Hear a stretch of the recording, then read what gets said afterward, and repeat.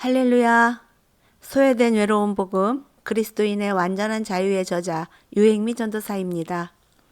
오늘은 지난 말씀에 이어서 예수 믿는 자들의 신앙의 세 가지 형태를 좀 더 자세하게 풀어보겠습니다.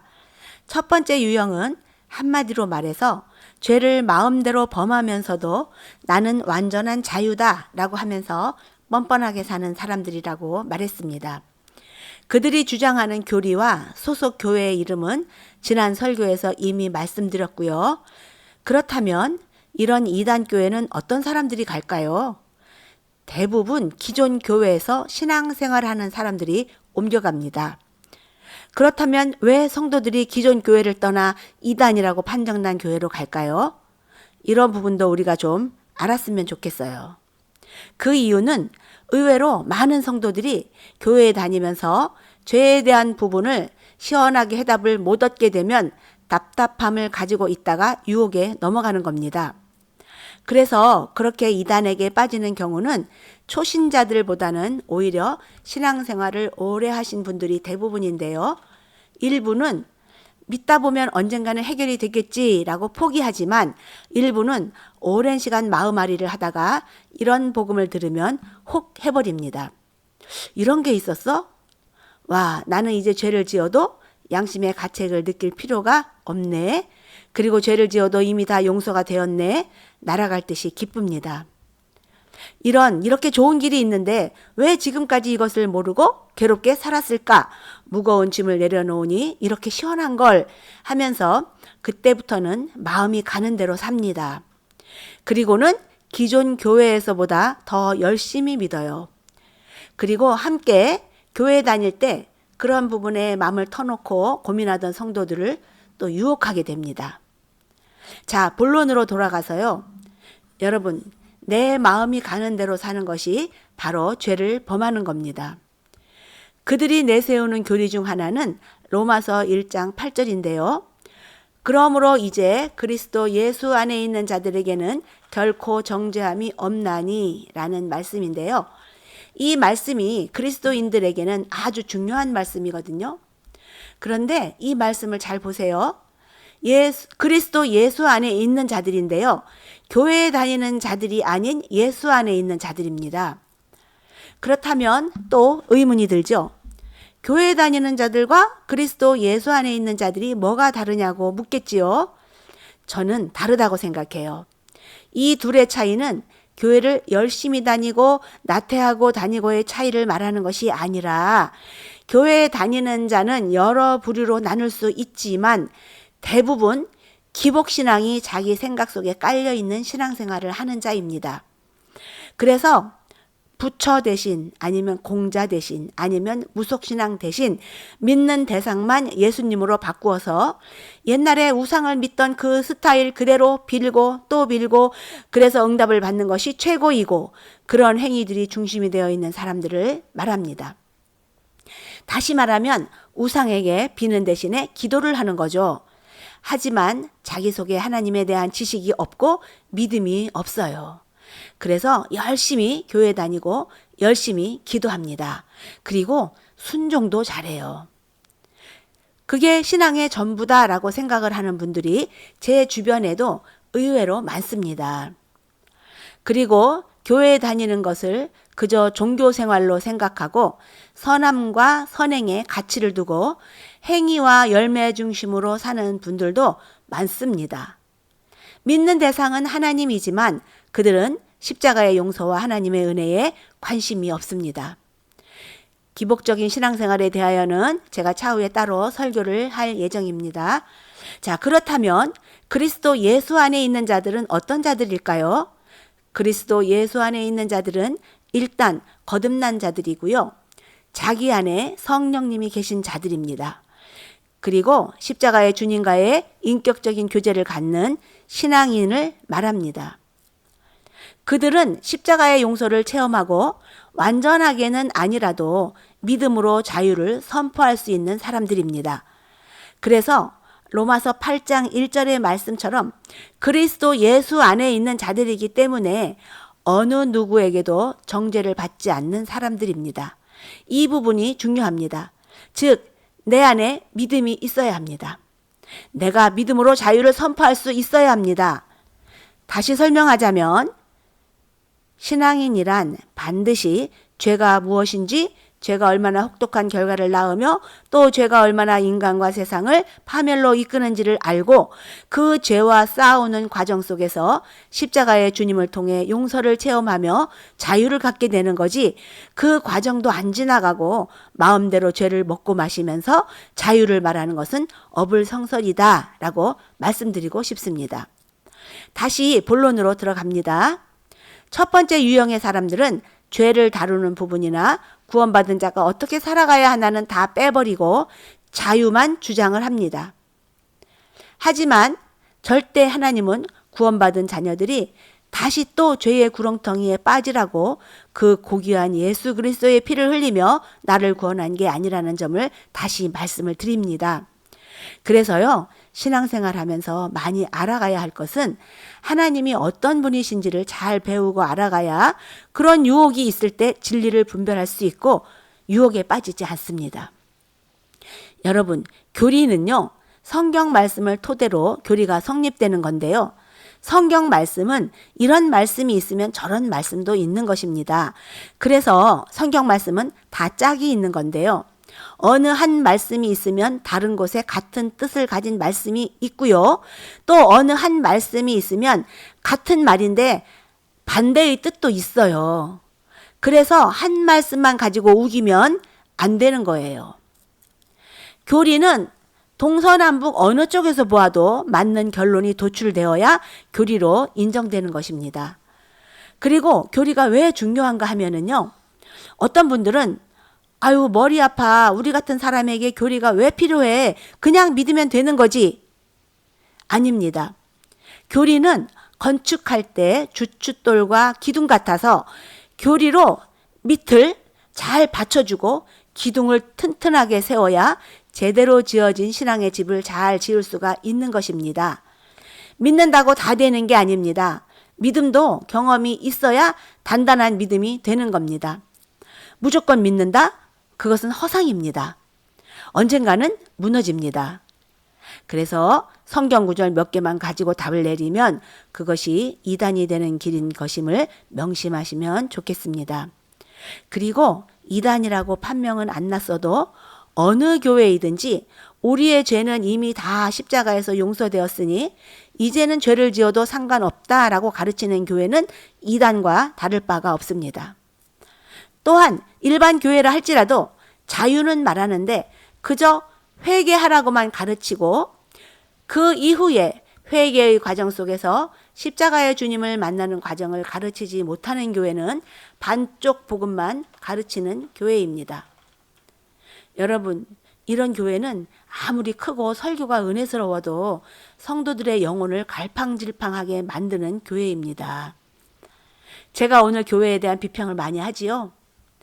너무 오랜 세월 동안 교회가 오염되고 세상과 다를 바 없어도 사람들은 함부로 비평하지 않았습니다. 왜냐하면 교회를 비평하는 것이 하나님을 비평하는 거라고 교육을 받아왔기 때문인데요. 그러나 교회는 스스로 자정하지 않습니다. 그래서 지금은 너무 많은 혼란과 참 믿음을 볼 수가 없는 거라고 저는 생각을 합니다. 그래서 예수 그리스도를 믿는 것은 맞지만 십자가의 은혜는 가끔 있고 그 다음에는 행위를 강조하는 교회가 되어버립니다. 그래서 말씀으로 성도들을 얽어매고 헌신과 순종, 전도만 주로 강조하는 교회는 기독교의 암적인 존재라고 저는 생각합니다. 그렇다고 해서 모든 교회가 다 그렇지는 않습니다. 안 그런 교회도 많아요. 다만 분별은 여러분들이 하시면 됩니다. 여러분, 예수 그리스도께서 십자가에서 돌아가신 것은 우리의 과거, 현재, 미래의 죄를 다 용서하시고 우리에게 자유를 주시기 위함은 맞아요. 그런데 이것은 법적인 거예요. 이 교리는 우리가 하나님 앞에 섰을 때 이 법이 우리를 지탱해 줍니다. 그리고 내가 걸어가는 신앙생활에 믿음의 토대가 되고 나를 성장시키는 중요한 말씀이에요. 다시 말해서 지금 내 마음대로 사용하라고 자유를 주신 것이 아니란 말이거든요. 이 자유 안에서 성장하라고 준 것이란 말입니다. 그래서 우리의 모든 죄가 다 용서된 것은 맞지만 일상생활에서는 그 용서라는 법의 테두리 안에서 진짜 용서가 무엇인지를 알 기회를 제공받아야 합니다. 여러분, 만일에 예수님이 내 죄, 그리고 우리 인류의 죄를 다 짊어지시고 십자가에서 죽으심을 믿으니까 내가 무슨 죄를 지어도 다 용서가 되었다고 이제 나는 죄와는 상관이 없다라고 하면서 마음대로 산다면, 만일 그렇다면 뭐하러 교회를 다니나요? 집에서 놀고 마음대로 주일날 놀러 다니지. 다 용서가 되었는데 뭐하러 노력을 합니까? 상급 받으려고 다니나요? 아니면 하나님한테 잘 보여서 기도 응답받고 일이 술술 잘 풀리고 뭐 잘 살려고 교회에 다니시나요? 신앙생활의 이유가 그게 맞습니까? 또 어떤 분들은 나는 이미 구원은 받았고 또 나는 직분자이기도 하고 성숙한 성도가 되었으니 내가 알아서 말씀대로 살려고 노력하면 되는 것이다 라고 말하는 분들도 아주 굉장히 많으실 텐데요. 그렇게 말하는 유형이 두 번째 유형 중에 있습니다. 아주 많아요. 그런데요, 이 말도 진리가 없는 사람들이 하는 말인데요. 그런데 이 말이 얼마나 모순인지를 아십니까? 뭘 알아서 믿는다는 것인지, 내가 안다는 것이 도대체 뭔지 묻고 싶습니다. 교회 오래 다니고 성경 공부 많이 하면 말씀을 알까요?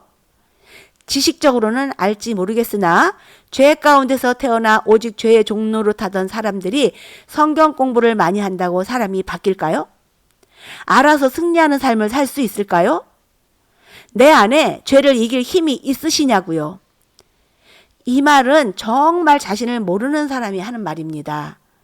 우리가 알아서 할 사람들이라면 하나님은 평생을 우리를 따라다니면서라도 혼내고 채찍질을 해서라도 바르게 살라고 가르치지 왜 그리스도의 생명을 보잘것없는 죄인들을 위해서 내놓으셨을까요? 아마도 자신의 모습을 잘 관찰해 보신 분들은 아실 텐데요. 인간은요, 아무리 노력해도 나올 것은 죄밖에 없습니다. 그래서 자신을 믿지 않습니다. 신앙이 성장하면 할수록 그리스도의 십자가와 성령님만을 의지합니다. 자신이 알아서 성경 말씀을 토대로 예수님을 닮아가겠다라고 하는 것은 십자가를 거스르는 것이며 십자가를 모독하는 것이고 하나님을 우습게 여기는 중범죄임을 말씀드리고 싶네요. 그래서 처음 신앙생활 할 때는 착하게 살려고 노력하는 것이 맞아요. 그러나 끝까지 그렇게 살아서는 안 됩니다. 언젠가는 부딪힐 돌에 부딪혀야 합니다. 그래야 자기 포기를 합니다. 자기를 인정하지 않습니다. 자기에게는 가망이 없다는 것을 알아야 합니다. 오직 그리스도 안에서만이 나를 버릴 수 있고 그 과정 속에서 착한 열매를 맺는 것입니다. 이게 순서입니다. 여러분, 우리는 십자가 앞에서 적어도 한 번쯤은 거꾸로 넘어져야 합니다. 그게 거듭남입니다. 거듭난 사람은 처음에는 크게 표시나지는 않겠지만 시간이 가면 갈수록 점점 자기를 부인하게 됩니다. 자기를 인정하지 않습니다. 그래야 점점 더 오직 믿음, 오직 은혜라고 고백할 수 있는 것입니다. 이게 자기 자신을 아는 사람의 고백이에요. 이 길을 모르니까 구원 받았으니 바로 열심히 믿으라고 또 헌신하라고 구원을 주신 예수님께 보답하라고를 가르치는 거예요. 우리가 반드시 알아야 할 것은 우리가 구원을 받았다라고 하는 것은 그 용서의 문턱을 넘은 것이고요. 빌립보서 2장 12절의 말씀처럼 두렵고 떨림으로 구원을 이루어가라 라고 하신 그 말씀처럼 구원은 이루어가는 것입니다. 그래서 구원을 이루어가는 길은 하나님이 주신 그 자유를 가지고 우리는 성장을 하면서 구원을 이루어가는 것입니다. 이게 순서입니다. 그래서 우선 자유를 모르면 우리는 성장을 할 수가 없어요. 자유가 뭔지를 모르는데 본인이 느낄 때 성장한 것처럼 보이는 것은 나의 노력, 나의 의를 키우는 거라고 다시 말씀을 드립니다. 자신에게 속으시는 거예요. 이게 신앙생활에서 제일 중요한 것이다 라고 저는 감히 말할 수 있겠습니다. 설교를 마치기 전에 한 말씀만 더 하겠습니다. 많은 그리스도인들이 가는 길 중에 믿음 반, 행위 반이 있습니다. 대표적으로 천주교가 믿음과 행위를 가르치죠. 그런데 일반 교회에서도 아주 많은 그리스도인들이 이 길을 가고 선호를 합니다. 왜냐하면 이렇게 믿는 것이 편하거든요. 그래서 나는 지금 하고 있다라는 것으로 자기 위로를 삼고 자신을 지탱해 가는 것인데요. 그리고 이런 신앙생활이 전부라고 생각하며 사는 것입니다. 여러분, 이런 이야기는 끝이 없네요. 오늘의 말씀을 마무리하겠습니다. 저는 오늘 신앙생활을 하는 성도들의 유형 중 첫 번째와 두 번째를 말하면서 부정적인 이야기를 많이 했습니다. 그 이유는 이 두 가지의 유형은 버려야 할 유형이기 때문인데요. 제 나름대로는 이해를 쉽게 하려고 장황하게 늘어놓은 부분도 있을 것 같은데 이해가 되셨나요? 중요한 것은 지금까지의 신앙 스타일을 너무 고집하지 말고 처음부터 다시 정리해 보세요. 너무 오랜 기간 습관과 뇌리에 박힌 것들이 쉽게 고쳐지지는 않겠지만 지금이라도 기회입니다. 많이 노력하시면 좋겠습니다. 다음 시간에는 세 번째 유형을 더 자세하게 풀어보겠습니다. 그럼 오늘도 주 안에서 평안하십시오.